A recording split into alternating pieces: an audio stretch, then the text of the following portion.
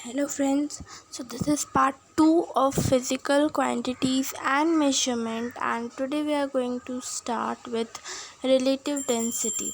As we have already learned in our previous video about density bottle, and how to measure the volume of liquid, the volume of irregular solids, regular solids, and the density of liquids. So in this video we will start from relative density. So what is relative density?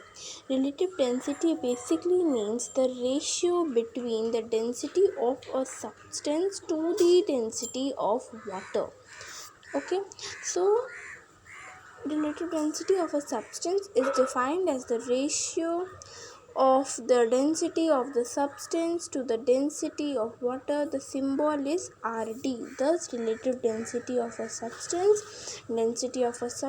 by density of water. तो इसी वजह से जो formula है relative density का, वो क्या है? Density of the substance by density of water, क्योंकि हम लोग इसका रेशियो निकाल रहे हैं. That means we have to divide the density of that particular substance with the density of the water.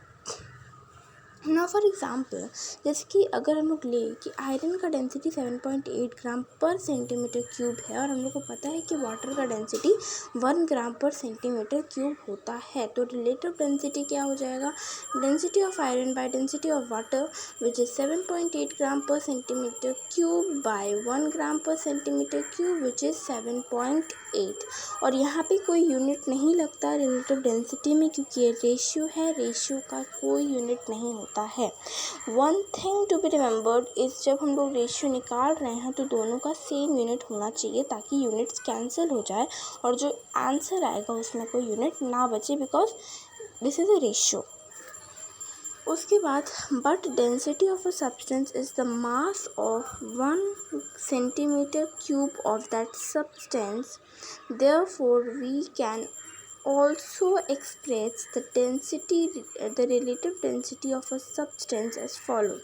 और क्योंकि हम लोग जानते हैं कि हम लोग डेंसिटी मास बाय वॉल्यूम निकालते हैं, वॉल्यूम जो है वो सेंटीमीटर क्यूब या मीटर क्यूब में आता है, तो क्योंकि डेंसिटी कोई किसी भी सब्सटेंस का सेंटीमीटर क्यूब या मीटर क्यूब या लाइक इस टाइप से रहता है, तो इसी वजह से हम लोग रिलेटिव डेंसिटी को एक्सप्रेस करते हैं इस तरीके से कि relative density of a substance कैसे निकालेंगे? मास of 1 gram, the 1 centimetre cube of the substance bye mass of 1 centimetre cube of water. Means basically density of the substance by density of the water. Mass of 1 gram per centimetre cube, और यहाँ पे भी इसका basic मतलब है density. ठीक है. सो उसके बाद mass of 5 centimetre cube of the substance and mass of 5 centimetre cube of water. इस हिसाब से उसके बाद फिर जैसे कि हम लोग volume of any volume of the substance, mass of same volume of the substance, यानी कि कोई भी आप सपोज 5 सेंटीमीटर क्यूब ले रहे हो उस सब्सटेंस का, तो वही 5 सेंटीमीटर क्यूब आप वाटर का भी लोगे. ऐसा नहीं कि आप 1 सेंटीमीटर क्यूब वाटर का ले रहे हो और 5 सेंटीमीटर क्यूब सब्सटेंस का ले रहे हो. दोनों ही एक ही यूनिट में रहेगा. दोनों ही अगर लिखना है तो दोनों ही 5 सेंटीमीटर क्यूब में, और या फिर दोनों ही 1 सेंटीमीटर क्यूब 1 सेंटीमीटर क्यूब में, या फर्दर जिस भी हिसाब से करना है. तो thus relative density of a substance can be defined as a ratio of the mass of any volume of the substance to the mass of an equal volume of the substance. तो relative density को हम लोग बोल सकते हैं कि क्या है? रेशियो ऑफ मास है किसी भी वॉल्यूम ऑफ अ सब्सटेंस का, जो कि 1 सेंटीमीटर क्यूब पर है, या फिर अपना किसी भी वॉल्यूम पर है, और bye mass of the same volume of water. इसके बाद जैसे कि एग्जांपल में दिया हुआ है कि if we say that the relative density of iron is 7.8, we mean that a piece of iron of any volume has a mass 7.8 times that of an equal volume of water. यानी कि जब हम लोग ratio के बारे में बात कर रहे हैं, फॉर एग्जांपल अगर हम आयरन का बोल रहे हैं कि आयरन का जो रेशियो है वो 7.8 है, इसका मतलब ये है कि जो आयरन है उसका वॉल्यूम 7.8 टाइम्स ज़्यादा है वाटर के वॉल्यूम से, मीन्स वाटर के डेंसिटी से। तो अब unit of a relative density, so as I said कि रिलेटिव डेंसिटी रेशियो है तो यूनिट्स कैंसिल हो जाता है, इसकी वजह से उसका कोई यूनिट नहीं है। So relative density is just a number, it has no unit, it is a dimensionless quantity, it is a ratio of same quantities.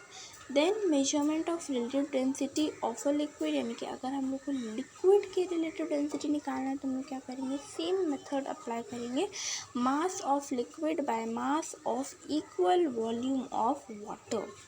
ठीक है, तो देखिए यहाँ पे to determine the relative density of the liquid using a density बोतल, हम लोग क्या किए, हम लोग एक एम्प्टी ड्राई डेंसिटी बोतल लिए और उसका मास निकालिए। सेम मेथड हम लोग जिस तरह से प्रीवियस हम वीडियो में जिस तरह से मास निकाले थे लिक्विड का, सेम मेथड के थ्रू हम लोग एक एम्प्टी ड्राई डेंसिटी बोतल लेंगे और उसका पहले ऐसे ही मेजर कर लेंगे, उसके बाद उसमें वाटर फिल करेंगे एंड फिर उसको मेजर करेंगे।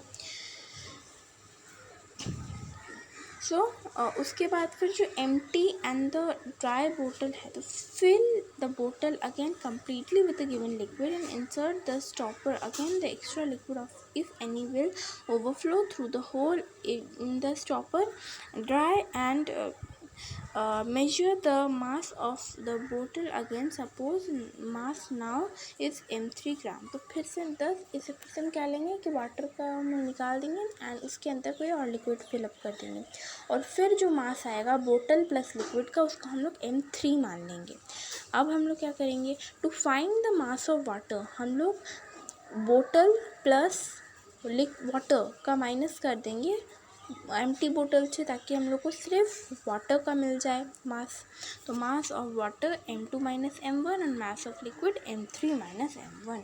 उसके बाद मास of liquid by mass of equal volume of water. ठीक है, सेम वॉल्यूम रहेगा ऑब्वियसली, डेंसिटी बोतल से हम लोग मेजर कर रहे हैं तो हम लोग का let's assume that m1 is 25, m2 is 55 and m3 is 49, so relative density जैसे कि m3 minus m1 49 minus 25 and water का density m2 minus m1 which is 55 minus 25 24 by 30 which is 0.8। उसके बाद density of a substance in its different state, यानी कि अगर हम लोग बात कर रहे हैं अलग अलग सब्सटेंसेस के डेंसिटी की तो वो किस तरह से होता है। तो substance can exist in 3 state, we all know कि एक सब्सटेंस बेसिकली देखा जाए तो 3 स्टेट्स में रहता है, एक सॉलिड, एक लिक्विड, एक gas. For example ice, water या स्टीम, ये 3 स्टेट्स है सेम सब्सटेंस का, that is water. So according to the molecular model, we have read that molecules of a solid are closely packed, molecules of a liquid are loosely packed, while those of gas are very loosely packed. Therefore, a substance is highly dense in solid state. तो obviously क्योंकि हम लोग जानते हैं कि जो solid है, अगर हम लोग सेम अमाउंट ऑफ लिक्विड ले रहे हैं for all of them, like for ice also, for water also and for water vapor also, then also हम लोग देखेंगे कि जो डेंसिटी है वो आइस का ज़्यादा होगा नहीं, इस केस में मतलब यहाँ पे एक्सेप्शन होता है क्योंकि यहाँ जो वाटर है उसका जो डेंसिटी जो होता है वो ज़्यादा होता है आइस के कंपैरिजन में। ठीक है, लेकिन इसके अलावा हम लोग कोई भी और एग्जाम्पल ले, ठीक है, वो हम लोग वैक्स का एग्जांपल ले या किसी भी चीज़ का एग्जांपल ले, तो उसमें हमेशा हम लोग को दिखता है कि जो सॉलिड रहता है उसका डेंसिटी ज़्यादा रहता है then liquid and then gas. ठीक है, तो मतलब क्या कि जो मॉलिक्यूलर फोर्स क्योंकि ज़्यादा है तो एक जगह पे मॉलिक्यूल ज़्यादा रहेंगे तो एक ही अमाउंट में जो सारे मॉलिक्यूल्स हैं वो कंबाइंड रहते हैं, पर लिक्विड में वो फैले रहते हैं और गैसेस में बहुत ज़्यादा फैले रहते हैं। And the only exception of this is water only, क्योंकि आइस का डेंसिटी जो होता है वो लेस होता है वाटर के कंपैरिजन में। ठीक है, that is the only exception. इसके अलावा जितनी भी सॉलिड स्टेट है ऑफ एनी थिंग, उसका जो लिक्विड स्टेट है तो सॉलिड स्टेट का आपका जो डेंसिटी है वो ज़्यादा होगा उसके लिक्विड स्टेट के कंपैरिजन में। सो i.e. dense in liquid state and still less dense in gaseous state. Thus, the density of a substance in solid state is more than that in liquid state and density of substance in liquid state is more than that is gaseous state. यानी कि जो density होता है solid का ज़्यादा होता है liquid के कंपैरिजन में, देन ऑल्सो लिक्विड्स का ज़्यादा होता है गैसेस के कंपैरिजन में.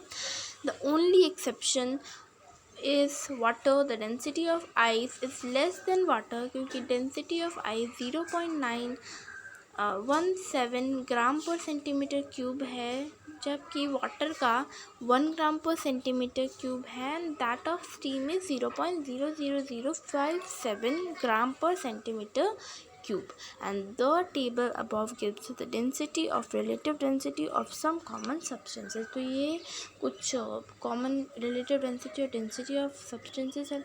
उसके बाद एक कॉन्सेप्ट आता है फ्लोटिंग एंड सिंकिंग का, जो कि हम लोग जानते हैं कि वो भी डेंसिटी की ही वजह से होता है. जिसका डेंसिटी ज़्यादा वो नीचे चल जाएगा, जैसे हमारे एटमॉस्फेयर में भी क्योंकि नाइट्रोजन ऑक्सीजन ऐसे गैसेस हैं जो कि कंपैरेटिवली डेंसर है, तो वो हमारे लोअर जो स्फीयर्स है, ट्रोपोस्फीयर, स्ट्रेटोस्फीयर, यहाँ पे रहते हैं, जबकि हीलियम, हाइड्रोजन ये बहुत ऊपर रहते हैं, एक्सोस्फीयर, मेसोस्फीयर ऐसे में. तो इसी वजह से जो डेंसिटी है वो क्या डिसाइड करता है, फ्लोटिंग एंड सिंकिंग. अगर हम लोग नेचुरली भी देखें कि अगर हम लोग एक ग्लास ऑफ वाटर में एक नील डालें या फिर हम लोग एक इरेज़र डालें तो वो सिंक कर जाएगा. लेकिन उसी जगह पे अगर हम लोग कोई कॉइन डालें, कोई एक पर्टिकुलर कॉइन, या इसके अलावा या फिर हम लोग कोई बहुत छोटा सा कोई ऑब्जेक्ट डाल दें, तो क्या होगा, वो उसके ऊपर फ्लोट करेगा. तो ये क्यों हो रहा है? Because of density.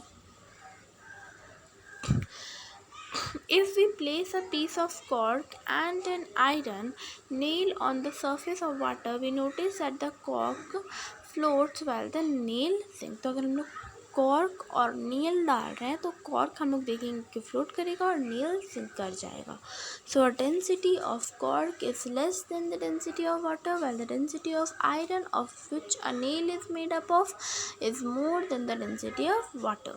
Thus, a body floats on a liquid if the density is less than the density of the liquid, while a body sinks in a liquid if the density is more than the density of liquid. यानी कि हम लोग कोई भी liquid ले रहे हैं, for example in this case if we are taking water, तो वाटर का डेंसिटी से जितने भी ऑब्जेक्ट हैं जिसका डेंसिटी वाटर से ज़्यादा है वो क्या होगा, सिंक कर जाएगा. और जितने भी ऑब्जेक्ट है जिसका डेंसिटी वाटर से कम है वो फ्लोट करेगा.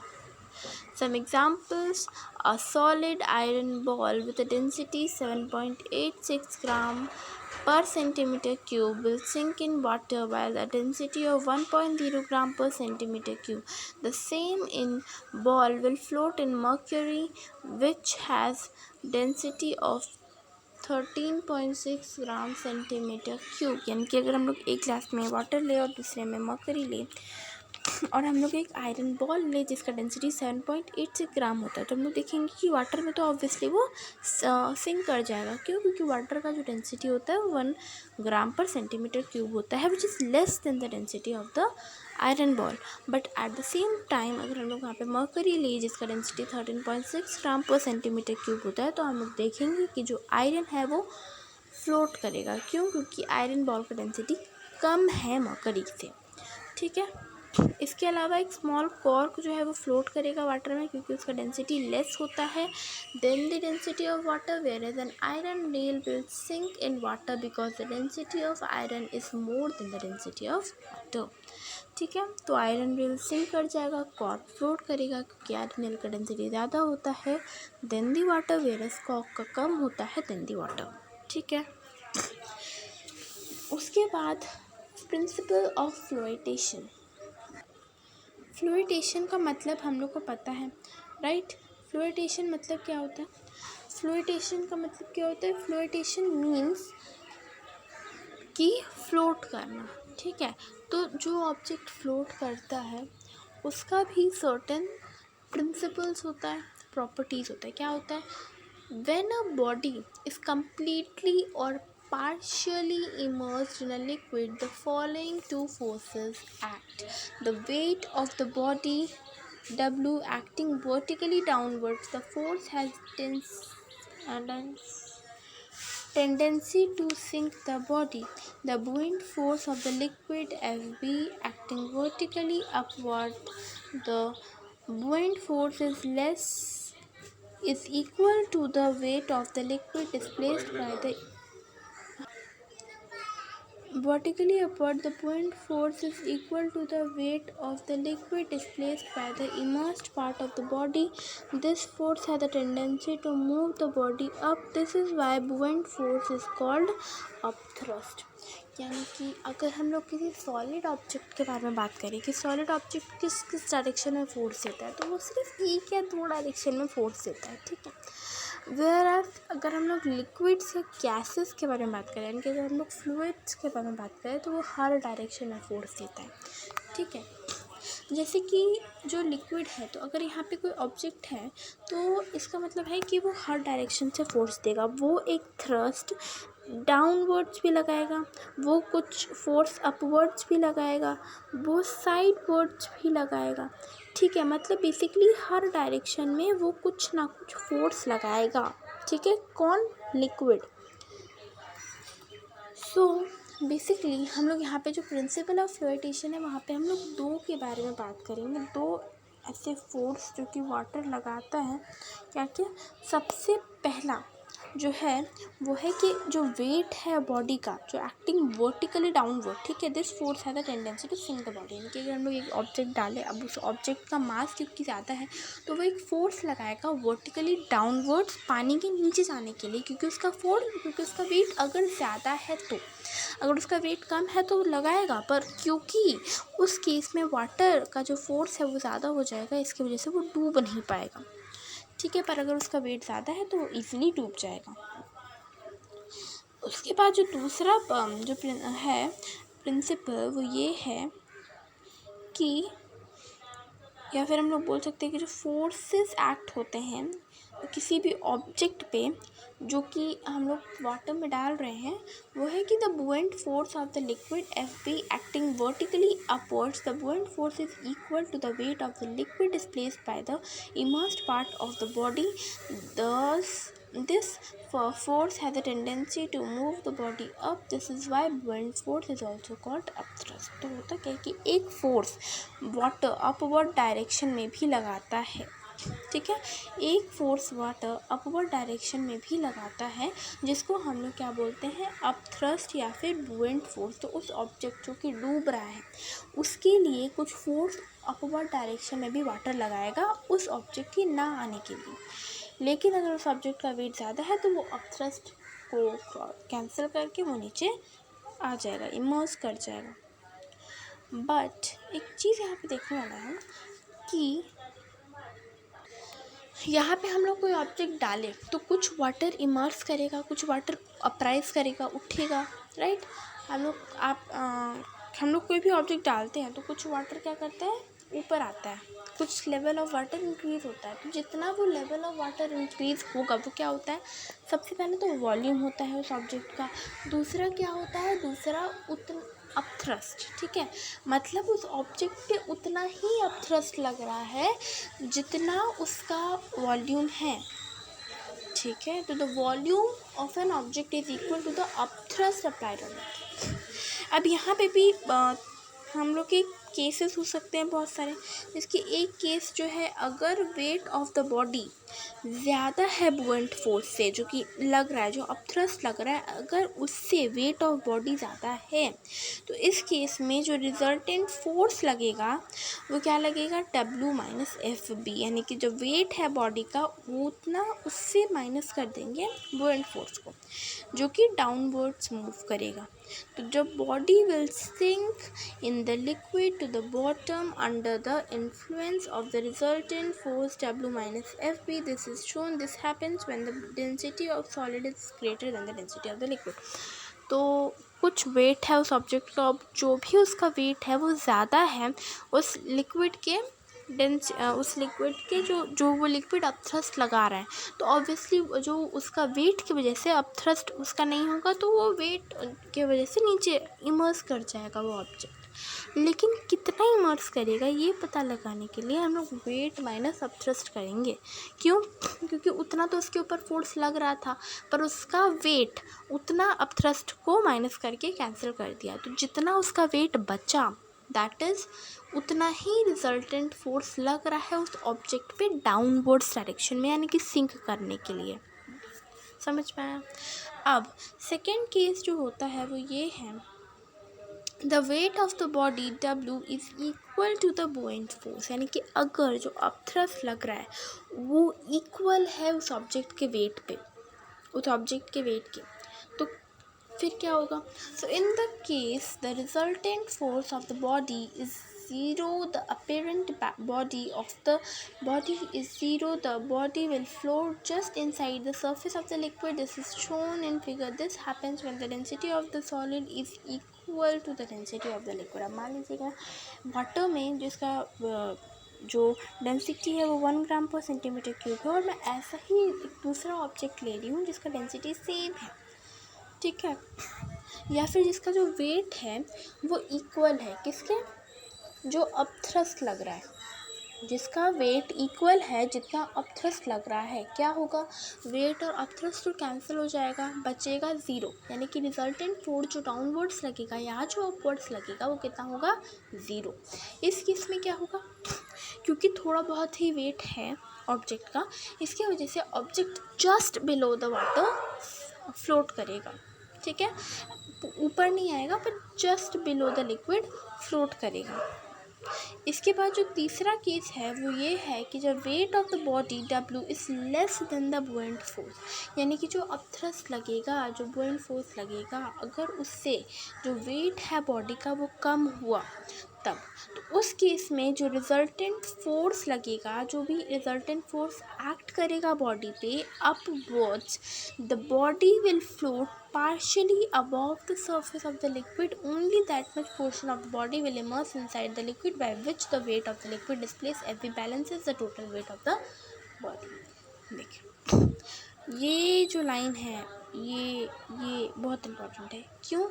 इसका मतलब क्या है? बेसिकली हम लोग यहाँ पे क्या बोल रहे हैं कि अगर जो ऑब्जेक्ट का वेट है वो बुओयंट फोर्स के से कम है, क्या होगा?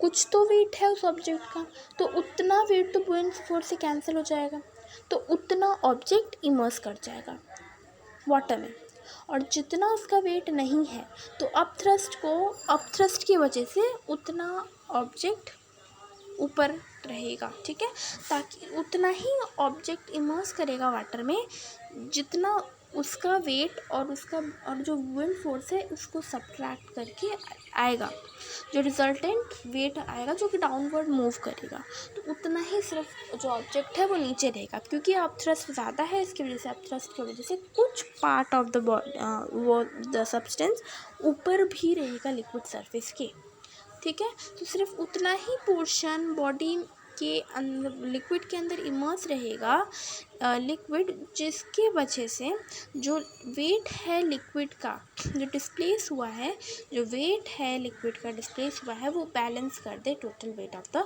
बॉडी को, यानी कि जो वेट और बॉडी का कैंसिल हो जाएगा तो उतना ही ऑब्जेक्ट इमर्स करेगा जिससे बुओयंट फोर्स और wait of the body balance हो जाए, और अपथ्रस्ट ऊपर रहेगा और जितना वेट है वो नीचे रहेगा, ठीक है। Thus a body of density greater than the density of liquid sinks inside the liquid, while a body density equal और less than the density of liquid floats, यानी कि अगर वेट ज़्यादा है तो ही वो सिंक करेगा और अगर इक्वल है या कम है तो वो फ्लोट करेगा। इसके बाद the dependence of a solid liquid on its density to float sink in a liquid can be understood by the following activity।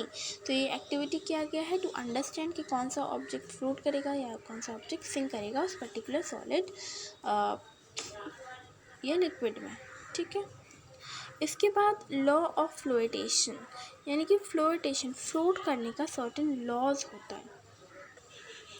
कितना लॉस होता है, तो 3 लॉस होता है। सबसे पहला तो वही लॉ है कि जो बॉडी है वो जब फ्लोट कर रहा है लिक्विड में, तो जो वेट होगा लिक्विड का, जितना लिक्विड इमर्स किया है वो किसके इक्वल होगा, to the total weight of the body. यानी कि जितना जो लिक्विड है वो इमर्स करेगा, the weight of the liquid displaced by its immerse, यानी कि जितना उसका वेट होगा, I am not talking about कितना मिलीलीटर या सेंटीमीटर, नो, उसका जितना वेट होगा वो किसके इक्वल होगा, the total weight of the body. This is the law of flotation number 1। Number 2 law of flotation है कि जो वेट होगा फ्लोटिंग बॉडी का वो इक्वल होगा to the weight of the liquid displaced by the immersed part. यानी कि जो भी फ्लोटिंग बॉडी तैर रहा है वो किसके इक्वल होगा, जितना वाटर इमर्स हुआ है, that is equal to the weight of the floating body. ठीक है। तीसरा, in other words, according to the law of flotation, the apparent weight of a floating body is 0। यानी कि जो छुपा हुआ वेट रहता है एक बॉडी का वो 0 रहता है। A body floats with its mass portion outside the surface of the liquid higher density than that of a liquid of density. This can be demonstrated by the following activity. तो एक body float करता है, उसका major portion जब उस surface के बाहर रहता है, जब उसका हायर डेंसिटी होता है लिक्विड का, जब लिक्विड का हाई डेंसिटी होता है तो most of the portion body का लिक्विड के ऊपर रहता है। एंड ये हम लोग इस एक्टिविटी से डेमोन्स्ट्रेट कर सकते हैं। उसके बाद जो एप्लीकेशंस क्या होता है फ्लोटेशन का, क्योंकि अगर कोई ऑब्जेक्ट फ्लोट कर रहा है तो उसका यहाँ पे सर्टेन एप्लीकेशंस हम लोग देखते हैं अपनी डेली लाइफ में। Physics is all around us, right. तो सबसे पहले फ्लोटेशन ऑफ आयरन शिप। अब हम लोग अभी पढ़े कि अगर हम लोग एक आयरन नेल को लिक्विड में डालें तो वो क्या करता है, सिंक कर जाता है। पर वहीं अगर एक आयरन शिप को अगर हम लोग जब ओशन से सी में वो तारता है तब वो फ्लोट करता है। तो ऐसा क्यों हो रहा है, ऐसा क्यों हो रहा है? जब एक आयरन नेल सिंक कर सकता है तो एक आयरन शिप कैसे फ्लोट कर रहा है, राइट। तो then a nail made of iron sinks in water, but a ship made of iron does not. The reason is that a nail is solid and the density of the iron is greater than that of water. The weight of the nail is more than that of the buoyant force of water on it. तो obviously क्या है, nail क्यों sink कर जा रहा है, क्योंकि उसका वेट buoyant force से ज़्यादा है। ठीक है। इसके बाद so the nail sinks in water. On the other hand, the ship is hollow and its empty space contains air. This makes the average density of ship less than the density of water. Therefore, a ship floats on water. तो क्योंकि जो nail होता है वो totally solid होता है, इसकी वजह से वो सिंक कर जाता है, क्योंकि उसमें ज़्यादा मॉलिक्यूल्स प्रेजेंट होते हैं तो उसका वेट ज़्यादा होता है। लेकिन जो शिप है वो भले आयरन से बना हुआ है लेकिन उसके अंदर हॉलो रहता है, जिसके अंदर एयर भरा हुआ रहता है। और वो एयर जो है वो क्या करता है, वो एवरेज डेंसिटी शिप का लेस कर देता है। क्योंकि अगर वही एयर की जगह पे आयरन रहता तो उसका ऑब्वियसली डेंसिटी ज़्यादा रहता, लेकिन क्योंकि उसमें एयर है तो उसका डेंसिटी कम हो जाएगा देन दी लिक्विड। और इसकी ही वजह से जो आयरन शिप है वो आराम से फ्लोट करता है on the water. Second is flotation of man, यानी कि कोई भी इंसान कैसे तैर लेता है on the liquid. So it is easier for a person to swim in sea water than in river water. The reason is that the reason is that sea water contains salt and so its density is more than the density of river water. So the weight of the man gets balanced by the less immersed part of his body in sea water as compared to that in river water. Thus it is easier to swim in sea water than in river water. तो obviously हम लोग जो नदी का पानी होता है उसमें हम लोग को तैरने के लिए थोड़ा सावधान रहना चाहिए, या फिर हम लोग उसमें थोड़ा सा डिफ़िकल्टीज फेस कर सकते हैं तैरते टाइम। क्यों? क्योंकि उसमें कोई एक्स्ट्रा इसकी बहुत ज़्यादा अमाउंट में नहीं रहता। लेकिन जो सी है, क्योंकि उसमें बहुत ज़्यादा अमाउंट में सॉल्ट रहता है, तो वो क्या करता है, जो सॉल्ट है वो उस वाटर की डेंसिटी को बढ़ा देता है। तो क्योंकि उसका डेंसिटी बढ़ जाता है और हमारा डेंसिटी तो उतना ही है, तो इसी वजह से हम उसमें आराम से फ्लोट कर सकते हैं सी वाटर में, क्योंकि तब वो लिक्विड का जो डेंसिटी है वो 1 ग्राम पर सेंटीमीटर क्यूब से बढ़ जाता है, क्योंकि उसमें बहुत ज़्यादा अमाउंट में सॉल्ट मिला हुआ है। लेकिन जो रिवर वाटर होता है उसमें सॉल्ट नहीं होता है, तो उसका डेंसिटी कम होता है, एंड दैट्स वाई उसमें तैरने में हमें प्रॉब्लम होता है, लेकिन सी वाटर में नहीं होता। उसके बाद flotation of ice on water. ठीक है, flotation of ice on water यानी कि किस तरह से वाटर में आइस तैरता है। So it floats how 9/10 part inside the water. जैसे कि हम लोग सुने ही हैं कि जो ग्लेशियर्स हैं, ग्लेशियर्स का बहुत अमाउंट का जो पोर्शन रहता है वो वाटर के नीचे रहता है, और बहुत छोटा सा पोर्शन वाटर के ऊपर होता है। So a piece of ice floats on water with its 9/10 part inside the water and only 1/10 part of it outside the water. The reason is that the density of ice is 0.9 gram per centimeter cube or 900 kilogram per meter cube, while the density of water is 1 gram per centimeter cube or 1000 kilogram per meter cube. Hence, the weight of water displaced by 9/10 part of ice immersed inside water becomes equal to the total weight of the ice piece. तो है क्या कि जो ice का density होता है वो 0.9 gram per centimetre cube होता है, यानी कि कम होता है, मतलब 0.1 समथिंग कम होता है then the density of water.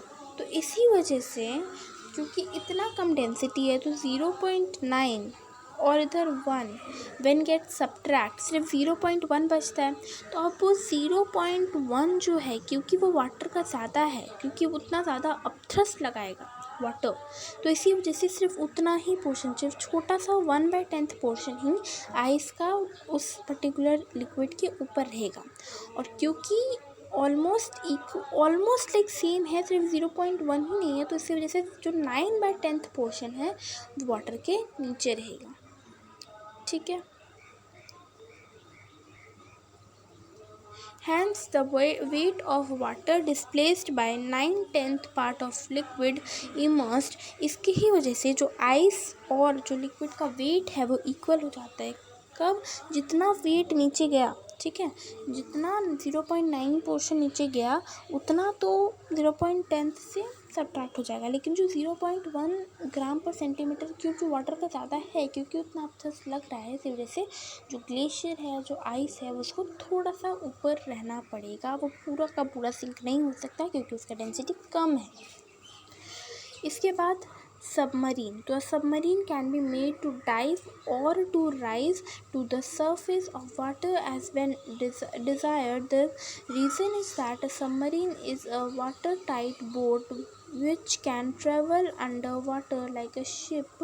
A submarine is provided with water tanks to make the submarine dive. The tanks are filled with water, so the average density of the submarine becomes greater than the density of the seawater and it sinks.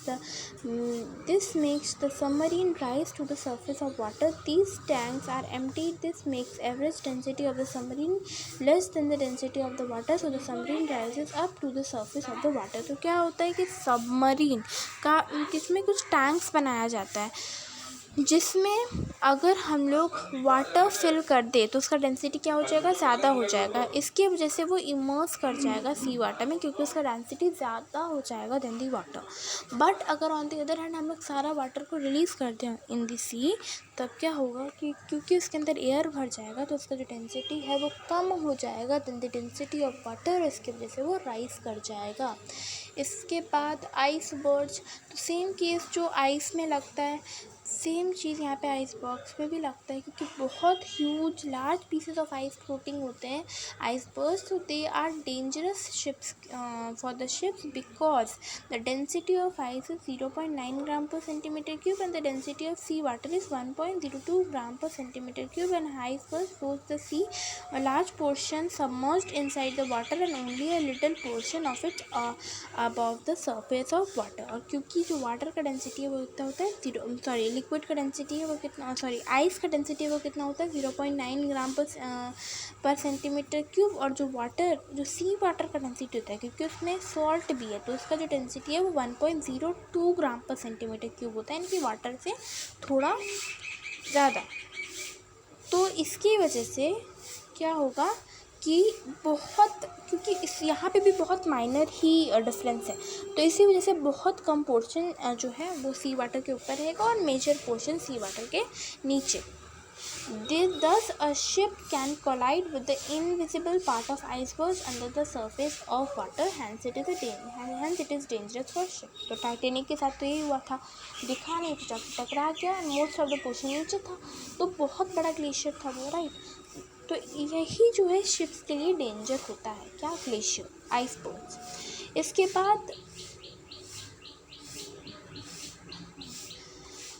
बाद whales, तो the whales can sink और rise as at their will. Whales are sea animals, they have a special organ in their body which is called swim bladder, ठीक है। तो in order to come to the surface of water they fill the bladder with air. This decreases the average density of the whale and so it rises to the surface. To dive into the sea they empty the bladder. This increases the average density of the whale and it goes down. So होता क्या है कि जब भी जो swim जिसकी Wales है, तो वेल्स एक सी एनिमल्स है, तो उसमें क्या होता है, उसमें एक स्पेशल टाइप ऑफ ऑर्गन होता है स्विम ब्लैडर। तो जब उसको सरफेस वाटर पे आना, मतलब वाटर के आना, तो क्या करेगा वो जो ब्लैडर है उसमें एयर भर लेगा, क्यों, ताकि उसका डेंसिटी डिक्रीज़ हो जाए, तो वो ऊपर आ जाएगा। और जब उसको नीचे जाना होगा तो वो अपने ब्लैडर को एम्प्टी कर लेंगे फ्रॉम दी, मतलब एयर को भी रिलीज़ कर देंगे, और इसकी वजह से उनका जो एवरेज डेंसिटी है वेल का वो ज़्यादा हो जाएगा और वो नीचे डाइव कर जाएगा, ठीक है। सिमिलरली बैलून्स में हम लोग नॉर्मली जो एयर भरते हैं वो कार्बन डाइऑक्साइड रहता है, तो कार्बन डाइऑक्साइड क्योंकि हेवियर रहता है तो वो नीचे चला जाता है, वो ऊपर नहीं जाता। पर उसी की जगह पे अगर हम लोग वहाँ पे हाइड्रोजन या हीलियम भरेंगे तो क्योंकि जो डेंसिटी है गैसेस का बहुत कम रहता है, इसके वजह से जो डेंसिटी है एयर का, तो क्या करेगा, बुएंट फोर्स उस पर जो लगेगा, क्योंकि बुएंट फोर्स हर जगह लगता है, सिर्फ लिक्विड्स में नहीं, गैसेस भी, फ्लूइड्स भी लगाता है। इसकी वजह से जो बुएंट फोर्स एक्सपीरियंस होगा बैलून्स को वो होगा, एंड दैट्स वाई उसकी वजह से वो क्या होगा, ऊपर राइज करेगा, और इसी वजह से जो बैलून है वो कहा जाएगा due to the influence of the buoyant force, या फिर जो influence of the net upward force, वो ऊपर राइज करेगा इंस्टेड ऑफ कि नीचे ही रहने का, नीचे लगेगा, ठीक है। तो this is the chapter physical quantities and measurement. I hope it is clear to all of you, and in the next video, means in the part 3, we will do the numericals of this chapter. Till then, bye bye, like, share and subscribe to my channel for updates